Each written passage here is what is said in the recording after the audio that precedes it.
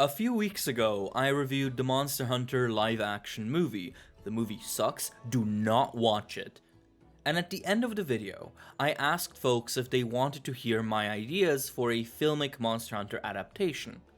The responses were overwhelmingly positive, so here we are. Let's adapt Monster Hunter into film. We should establish something first though. I am just a guy.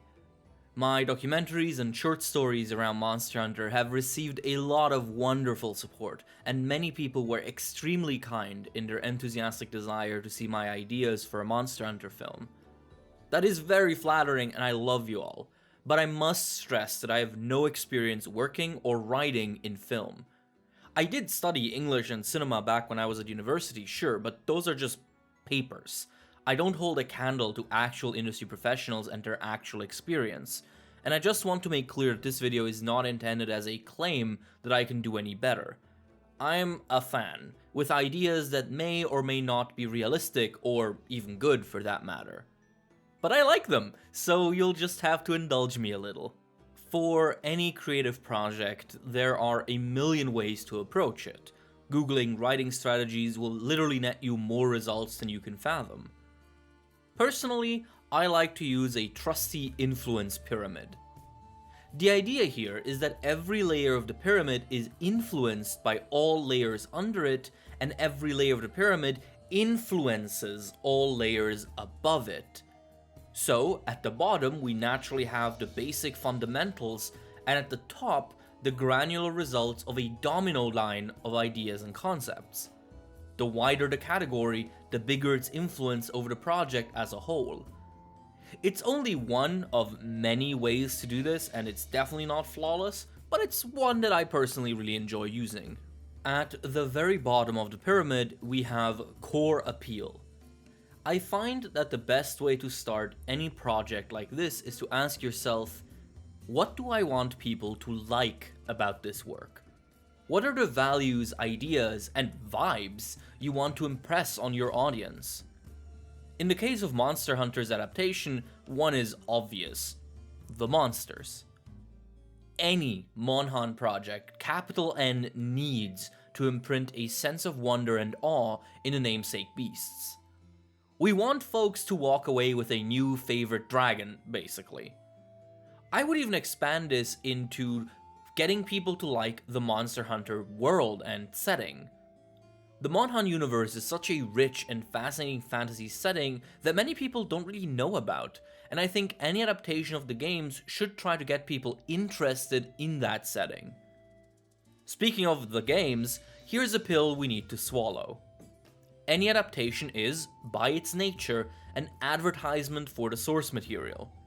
It's kind of inevitable, especially with something as commercialized as gaming. So, one core idea should probably be to get people to play the games. Luckily, I don't think this needs much specific effort. As long as we accurately and competently bring across the appeal of this universe by focusing on our other core ideas, interest in the games will follow naturally, one would hope. Lastly, there are two feelings that I would want to communicate. For one, a sense of progression. These games rely on an insanely addicting gameplay loop that founds itself on the idea that you will fight small boys to make bigger swords to fight bigger boys. This forward momentum and progressive escalation is something that our hypothetical adaptation would ideally emulate, starting with small conflicts and moving on to bigger and bigger feats. The other feeling is a sense of camaraderie and cooperation. Monster Hunter is essentially a multiplayer game. While you can play them solo, the games are designed to be played in groups, bonding along the way. This is especially true for Monster Hunter 1 and 2. So any good adaptation would be able to channel this sense of unity, a general love of not just friendship, but trusting companionship, and the ability to find common ground with people of all walks of life. The same way you might befriend the Korean Hunter rank 999 bowgunner who randomly joined your session. Lastly for this layer, let's establish tone. Is our story dark and brooding, or lighthearted and more centered on a younger audience? I think here we don't need to think too much because the game's age rating is actually a great guide for this. 16. We want to aim at older teenagers and young adults, meaning that we can allow ourselves a certain degree of maturity, both in visuals and subject matter, without veering into rated M territory. People should die sometimes. Not all the time, and not in edgy clouds of blood and gore, but death should exist in our story, both for tension and frankly for being able to convince the audience that this is a real setting. But dumb gags and lighthearted fun should also have a presence. Monster Hunter has always been a mix of tense, visceral combat and goofy nonsense, so we should be able to retain that. The second layer on our pyramid is already possibly going to be a controversial one. Format. This layer is where we decide what form this project will take. Is it a novel, a dance performance, a monthly curated basket of fruits? What medium provides us the opportunity to make this project happen in the way that we want it, emphasizing the aspects that we want to emphasize? Now, you may have noticed that I've been calling this thing that we are brainstorming a Monster Hunter adaptation and project, but not movie. That is because I don't think a feature film is the right medium for a Monster Hunter adaptation. Instead, I believe we should make this a series, perhaps on a streaming service like Netflix or HBO. There are a few reasons for this. For one, Monster Hunter is by nature an episodic gameplay experience. You go on quests to experience small episodes of gameplay, and then you return to the village to experience small episodes of inventory and gear management. With that in mind, I think the best way to emulate the feeling of the games is to lean into the idea of episodes, of having somewhat self-contained storylines within one episode that eventually coalesce into something larger. This, in my opinion, is a much better fit than a singular film which has to develop a continuous narrative throughout its entire runtime, unless you want to do something really crazy and creative, which I don't know if that will get greenlit for a big brand like Monster Hunter. But another reason for this is to honor one of our core ideas that we established earlier: progression. That key feeling of starting small and working yourself up to more drastic threats takes time to develop, time that a single film just does not have. A great example of this is the Legends of the Guild animated Netflix movie, one of the only 2 Monster Hunter movies that have been made thus far. While this one is better than the live-action film, it really suffers from its short runtime. Having our main lad go from almost dying to a Velocidrome to slaying a Lunastra in just 58 minutes, while also balancing character work and additional little subplots, is just not particularly satisfying or effective in my opinion. So, a TV serial adaptation would allow us that extra time to really marinate that progression. This also affords us the extra runtime to manage multiple characters. Remember, we want to highlight companionship and teamwork, and for that, just one well-crafted main character isn't enough, but more on that later. Now, as for episode count, any number between 8 and 16 would work, with 16 1-hour-long episodes being my ideal, for reasons we'll get into in one of the next layers. But in this day and age of every streaming service chasing immediate viral levels of success and shorter episode counts, I don't know how realistic it will be, but that is the case for this entire video. Speaking of, this is also where we decide the actual type of film we want to make. Is it live action, or do we turn to animation? I think, and this might again be controversial, that animation, specifically 3D animation, is the way to go. Live action has that HD appeal to it, seeing the monsters in a realistic style interacting with real humans. But that realism brings in a challenge of cohesion. In order for these creatures to look good next to real humans, the effects need to be exceptionally well crafted and consistent. And because we want to emphasize monsters as a core appeal, we would ideally want to show many of them and show them a lot. So a live-action adaptation would need to have impeccable, realistic CGI work, not just small glimpses of a few models either, but extensive shots featuring wide varieties of monsters. This is an extremely difficult proposition, and you can see it affecting the existing live-action movie. Despite being a Monster Hunter flick, the monsters actually appear extremely rarely. There are only 3 of them, and they are generally shown either half obscured or in quick flashes or in the darkness, both to cover up any imperfections to the VFX. The only exception to this is Rathalos, who gets a few good money shots, and again, they are the minority. Most of the monsters are shown extremely conservatively. This limit would really hamstring our project, so we would ideally avoid live action for this reason, instead going for an animated, stylized aesthetic that doesn't require costly photorealistic CGI. After all, Monster Hunter's stylized aesthetics is fairly iconic in and by itself, and I think this would bring a series more into parity with the games. Plus, we are currently entering a sort of golden age for 3D animation, with the release of intensely stylized works such as Puss in Boots 2 and Spider-Verse movies, so leaning into those artistic movements could provide a level of quality and cohesion that I would find extremely desirable for this project. Additionally, being animated allows the series to include some of the more ridiculous action the games are known for, without our brains immediately screaming at us that this shouldn't be possible. Watching a man hold a sword the size of a small car is easier to digest in a stylized aesthetic, I think. With live action, you run the risk of that looking pretty campy. Now, I do realize that 3D animation is also costly, and even more so for TV shows, which is why I am not entirely opposed to going the live action route. So, as we talk about the next few layers, keep in mind that I am not too married to the film type itself, just that it should be a TV series instead of a single movie. And in a realistic setting, this decision would also not be entirely up to me. It would depend on other, more economic factors like executive decisions on levels higher than pure creative workers, unfortunately. Moving on to the next layer, we should establish themes. Monster Hunter is notoriously disinterested in direct storytelling, or so I'm told.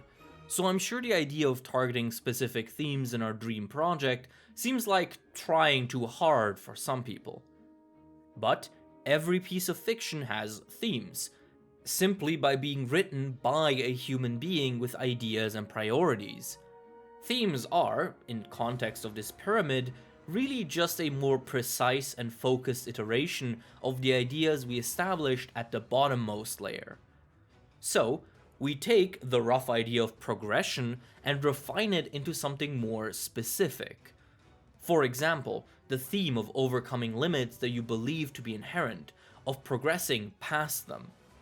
Rising above challenges that seemed impossible at first is a staple of Monster Hunter, and everyone has a story about a monster that seemed genuinely unbeatable, only to, a few hours later, have it lie defeated at your feet.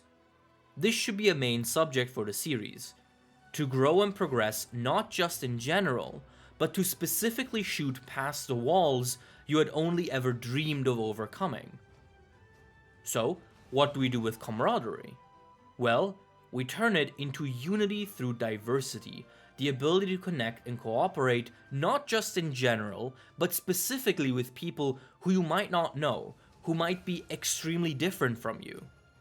After all, a true hunter is just as skillful with an established team of friends as they are with randos, and joining random lobbies and sessions is one of the core experiences of most Monster Hunter players. But I want to push this even further. Not just bonds between people, but the bond between humankind and nature. Monster Hunter has always had this vibe of the naturalist sublime, a deep sense of respect and beauty regarding the places and creatures the games depict. Sure, the gameplay derives fun from fighting nature, but at least as far as the settings and lore are concerned, Monster Hunter has always had this idea of natural balance and respect hanging in the air, so I think any adaptation needs to include that at least a little bit. I think this is why stuff like the ecology of Monster Hunter is so interesting, because it gives you that sense that this is a real lived-in world that we're not just supposed to fight, but that we are supposed to respect and love. Alright, we got the broad stuff out of the way, so now we can start talking specifics. The next layer is cast, and this is where we can start crafting our OCs. Who is our story about? What characters do we focus on? Now, I'm sure someone is already typing out the comment that is on everyone's mind when it comes to human characters in monster stories. Doesn't matter. Humans are boring and take away from the real attraction, the monsters. Human conflicts are space filler and should be avoided. I'm gonna take another controversial position. No. Human characters in monster films are, in my opinion, extremely important, because they are the only anchor that can give the action of monsters context. If we don't care about human or humanoid characters, a monster movie just dissolves into mindless action that can be fun, but will eventually get tiring because it's just a fireworks show. Rawness and swag can only get you so far. Now, I am not saying that we turn this into a profound character drama piece. We want to see the monsters, after all. All I'm saying is that we need to invest time and writer's grease into a likable, solid cast that the audience can root for. After all, the sense of progression and teamwork means nothing if it isn't channeled through characters you can attach yourself to. Oh, but the games manage without any strong character work. Yeah, because the game features a character that you care about by default. You. You care about your own progression, your own bonds with other players. So naturally, just by playing, you create your own narrative, your own rival stories and triumphs. You create your own story because your interactions with the gameplay shape your own narrative. A TV series obviously cannot do that. So we have to make do with creating well-established and developed characters. We obviously need to balance this, however. We want these characters to enhance the series, not detract from the monsters in a sort of sadistic dopamine denial a la Godzilla 2014. Okay, now that my straw man is settled, what does our cast look like? First things first, I think it's a no-brainer to have 4 central characters. It's been the default party size for the games since the first game in 2004, so it's kind of an easy choice. 4 is also great because it's a large enough number to create diverse and interesting relationships, but not crowded enough to bloat the story. Also, I think it is important that these characters should not know each other at the start of the series. Again, we want the series to bring people of all kinds of lives together, just like the games do. This also allows us to pull from different existing locations in the lore, naturally giving our cast a diverse and colorful variety of looks, origins, and behaviors. The Shradians, the Islanders, and the Yukumites do distinctly look and talk differently after all, and I just feel that that would be more interesting. Now we have got that, you could honestly create whatever cast you like. Creating original characters is already a very popular hobby, so there is an infinite number of already existing OCs that could easily fit into this project, and if you have any, absolutely let me know in the comments down below. But I have my own ideas, so you're stuck with me for now. I don't have any name ideas, so they're just called A, B, C, and D. Yeah, very creative, I know. A should be our greenhorn character, the audience insert, the fish out of water that learns about the Monster Hunter world alongside the viewers. But oh no, that's what the live action movie did, and that sucked. Yeah, but it only did because that movie assumed that the only way to have someone be unfamiliar with this world was to be literally whisked into it from a parallel universe, which is untrue. As Hunter Encyclopedia G, the premier lore book for Monster Hunter, tells us, there are many people in the Monster Hunter world that live normal, medieval lives. In large cities, civilians don't really know much about monsters and monster hunters, let alone ever encounter them. To them, they are distant stories.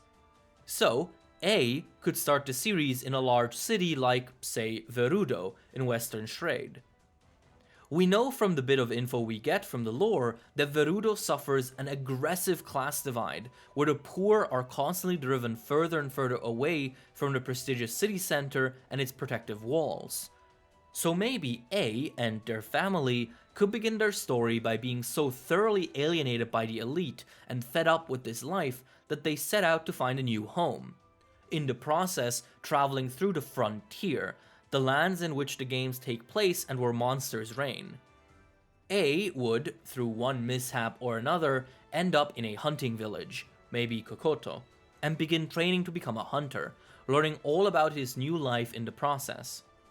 I would characterize A as curious, amicable, but also capable of being assertive and confident, traits they needed while living in a city that constantly questioned their worth.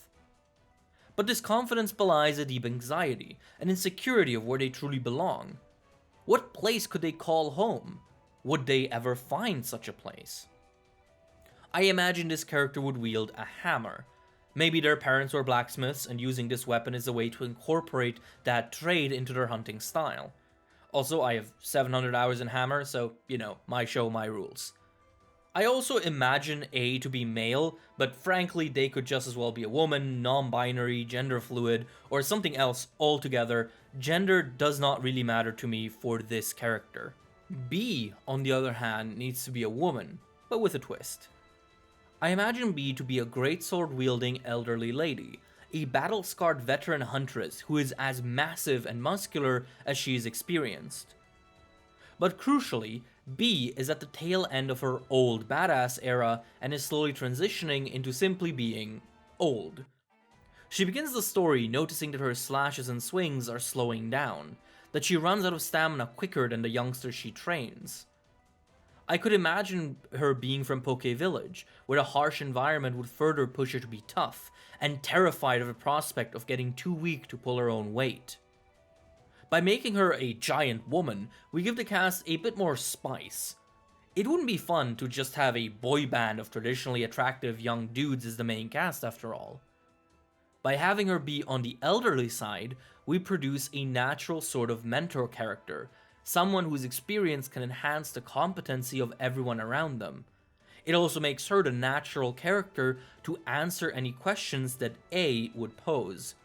Plus, big badass women rock. So, So B's story will be about overcoming, or accepting, the physical limits of an aging body, and allowing yourself to entrust your ambitions to others, to learn that a hunter need not be a lonesome force of nature.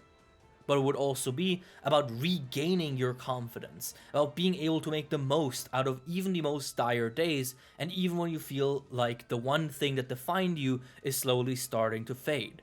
C, meanwhile, should be a young man, but again, not necessarily a traditional big lad. Instead, C should be small, meek, thin, and more importantly, the heir to a family of extremely manly hunters. C's family has produced a long line of greatsword users, mountains of muscles that wield equally mountainous heaps of sharp iron. Naturally, they expect this of C as well, and despite his weak body and general disinterest in this weapon, they encourage, then push, him to master the greatsword. C, meanwhile, has different desires. He has always admired the grace and elegance of the insect glaive, a more feminine-looking weapon, and even has a kinsect buddy that he has been nurturing. His family disapproves, obviously, although they're not mean, they're just a little confused about it. So, C's story would center around not overcoming inherent limits, but overcoming the limits of others' expectations, learning to find a path in life that you feel is right for you, and learning to love yourself enough to allow yourself to take that path. D is another character where gender doesn't matter. I just want him to be a different gender from A, just to keep it fresh. So, since I imagine A as male, D would be female. Truth be told, this is the character I have the least ideas for. I do know that she should be a bowgunner, as we have so far mostly created melee weapon users, and bowguns are a very unique Monster Hunter feature that we should include if possible. Since B already fills the spot of knowledgeable and tough lady, I think that D could be a bit more reserved, a bit quieter and more troubled, as well as younger. An interesting idea for this character could be that she just kind of sucks at hunting. She has been doing it all her life, and she does think this is what she wants to do, but she just keeps messing up. She keeps making dumb mistakes that cost all of her teammates time and nerves to patch up. Can someone like that ever improve? Is a person ever hopelessly bad, even if the thing they're bad at is something they truly wish to do? So, we now have a colorful and diverse cast of characters to play with, which means we are ready to move on to the next layer, the actual plot. You might think we're only getting to this a little late, but in my experience, the specific story you're trying to tell should be thought of only once you've established more fundamental factors, such as your cast and the core appeals you want to communicate. Now we have done our homework, set the exact stage our series will take place in, and defined the elements and toys that we have to work with, we can write without ambiguity or uncertainty if some element fits with the project or not. Naturally, this is a very idealistic take on this. In a real project, you would still be shuffling stuff around at this moment because, well, reality is messy. If you remember only a single thing from this video, then let it be that working in a real environment is always going to be a lot messier and a lot more hectic than the neat plans you can make on paper. Anyway, I have already inundated you with fanfiction-y stuff, so instead of just reading you more fanfiction for my plot for 12 hours, let me just give you a few tantalizing setups that I'd like for a hypothetical series to explore. Since we are working within a TV series, let's make it semi-episodic. As I mentioned before, I believe that Monster Hunter as a game is already episodic with its quest, so we should really lean into that. But I think that it shouldn't remain episodic. In my opinion, a Monster Hunter series should start in an episodic manner and then transition into a fully fledged connected narrative. Basically, the way I imagine it is that each of the 4 characters should get episodic solo adventures at the beginning before coming together as a hunting group to take on the main plot. This allows each of them to be fully formed characters before we put them together and see what interesting relationships develop. Also, additional small rule. I'd prefer not to invent any new places. After all, the Monster Hunter world already has many interesting locations. One extremely frustrating thing about the games that they have been doing since the 3rd generation is ignore the maps and setups the first 2 games established, and instead continuously invent new places and cities for every game in order to never have to really confirm where anything is in relation to each other. Ideally, our series would instead focus on tying existing places together. As A is our fish out of water, the series should start with their story, in order for us to be able to establish information quickly. As said previously, maybe they live in Verudo, a powerful and wealthy city with a ruthless class divide that pushes the poor outwards. In order to solve the issue of exposition, A could be a part-time helper at the local storyteller's corner, collecting donations as an old wise man tells awestruck passerbys and children of the world beyond Verudo's walls. This could be an organic way to give the audience the basic information about the world without it being a wall of text. Simultaneously, we get to set up A as a character immediately. How do they interact with the listeners as they collect donations, and how do they react upon hearing these stories? Do they scoff at some of the tales, or are they intently listening to the descriptions of wyverns and beasts? Not long after the scene, tragedy. The family shop will have to be closed, as the city wants to reform that district into a luxury area or something. Frustrated, the head of the family tells A to pack up their bags. We are heading out and making a life for ourselves elsewhere.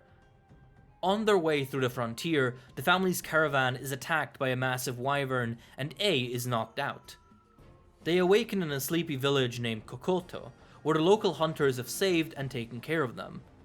Their family is however missing. No living or dead indication of their whereabouts were found on the site of the attack.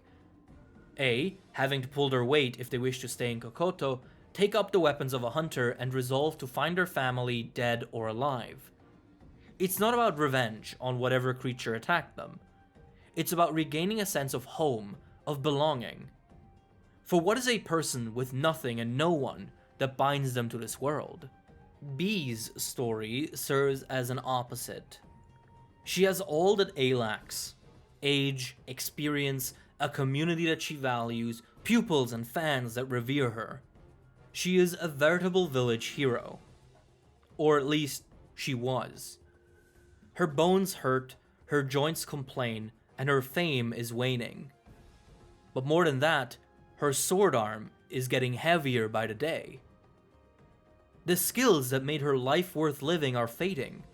How long before she unceremoniously falls to her own fragility? The townspeople have already begun accommodating her, saving seats and opening doors. The final blow to her pride. A powerful lord wishes for the capture of a powerful thunder wyvern, and requests B to join, not for her skill, but to give the operation prestige, a mere accessory to the younger, more agile hunters. So, she sets out, far away from her Poke village and into the southern jungles, indifferent to her fate as she begins accepting that this is just who she is now. But as the expedition grows dire, can B prove to them, and to herself, that her lifetime of honing her skills will not leave her so easily? Can she overcome, or at least resist, the most fundamental limit of humanity? Our mortality? C finds himself in quite a pickle. His brothers have all long since become masters of the greatsword, traveling far and wide, slaying all kinds of monsters. His eldest brother has even already retired after being injured. And yet, despite his family urging him to, C just cannot vibe with the greatsword, let alone pick it up. Whenever he gets a free moment, C instead studies and bonds with Jules, a kinsect that he has been nurturing as a pet for quite some time now.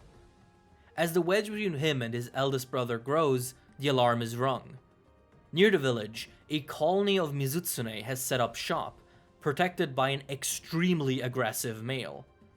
The family urges C to use this chance to truly master the greatsword, and his brother even promises to join in to help him. Too shy to protest, C agrees. But secretly has the blacksmith make him an insect glaive. In the island district, illegal monster arenas are a well-established industry. The rough waters and overgrown islands make it hard for the guild to enforce the law, and so many gamble on arena fights between hopeless hunters and captured creatures. D, a young girl from Moga, she thinks, awakens to have been sold into one such arena, forced to fight to amuse the scoundrels and pirates of this unnamed island. Far from a home she doesn't remember, terrified, she enters the ring, being given nothing but a rusted bowgun to defend herself. As her enemy monster roars and the crowd goes wild, her death seems inevitable. But halt! A signal! A guild airship raids the arena, led by one of the legendary guild knights. In awe, D watches the knight solemnly dispatch the monsters that were to be her executioners. Once the ruckus calms down, D latches onto the knight, wishing to be as strong as him. Wordlessly, he takes her in. Over the years, it becomes clear that while D is willing to learn, she has little talent as a hunter. And yet, she pushes on. Can she ever repay the debt to the knight by making herself useful? And can she push herself to become powerful despite her lack of talent? And will either of those achievements grant her the courage to face her past and find out why she was sent to die in the arena as a child? These are the individual story setups that I'd want to start a series like this with. After these have been developed sufficiently, not necessarily concluded, they should converge, and there really is only one obvious way to do it, in my opinion.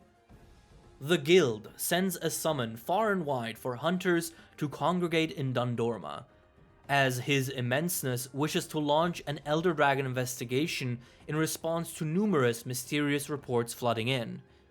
This summons reaches our four characters, and each of their villages sends them out as their candidate, ready to unite for this quest.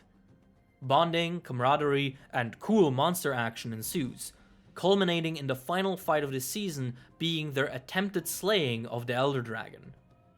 Which exact Elder Dragon it will be is up to you, honestly. Whenever I think of this idea, my imagination is filled with glimpses of a red comet soaring through the sky, and silver fragments being recovered by shocked guild scholars. Okay, I think this is as far as we need to go with the plot today. If this were a real project, we would obviously have to create a much more defined outline of our story. But since this is just a glorified thought experiment, and the video is already getting longer than I wanted, let's cut off here. I am sure you have your own ideas and thoughts on this story specifically. Let me know in the comments on how you would expand on this. But for now, we move into the final layer, the details. This is a sort of waste bin layer that includes everything we haven't decided yet. Actors, voice actors, distribution, specific style choices regarding direction and storyboard, etc. I just want to highlight one detail I feel strongly about: the structure of the plot. Remember how I said that ideally this project would have 16 episodes? That is because I would want to dedicate the first 8 episodes to the episodic introductions of our cast, 2 episodes per character. Then, the second half of the series would center around their union, cooperation, and struggles in pursuit of the Elder Dragon. Also, ideally, every episode would also show off at least one new monster. This is the sort of idea that sounds really neat on paper, but has the potential to be absolute trash to actually watch and produce, so I really have no clue how realistic this is. But for what it's worth, I really like this plan, so I wanted to mention it. And that's it, my Monster Hunter adaptation. This was a lot, and frankly, I realize that most of this borders on nonsense, but I hope this exercise gives you some insight into what my vision for a Monster Hunter story might look like. And hey, maybe this will get you to use the influence pyramid in your own writing, so hey, I see that as a win. Either way, let me know your thoughts on my ideas, as well as your own ideas for Monster Hunter, down in the comments. I will absolutely read them. Thank you for watching. As always, a very special thank you to all of our patrons, which include Fictionape, Cini, Anthony the Hedgehog, Arcturian711, Claire Miboon, Danilo Villavicencio, Gio, Jameson Tate, Joseph Law, Makot02, Mr. Pyramid, Mr. Meander, Pide Fuego, Peroscoco, Person 212, Project Iceman, Russell, Vulgar Beast, Oak Wood Tree, Iron Camel, and Courage. Take care, everyone. Thank you as always, and I will see you next time. Be well. Bye-bye.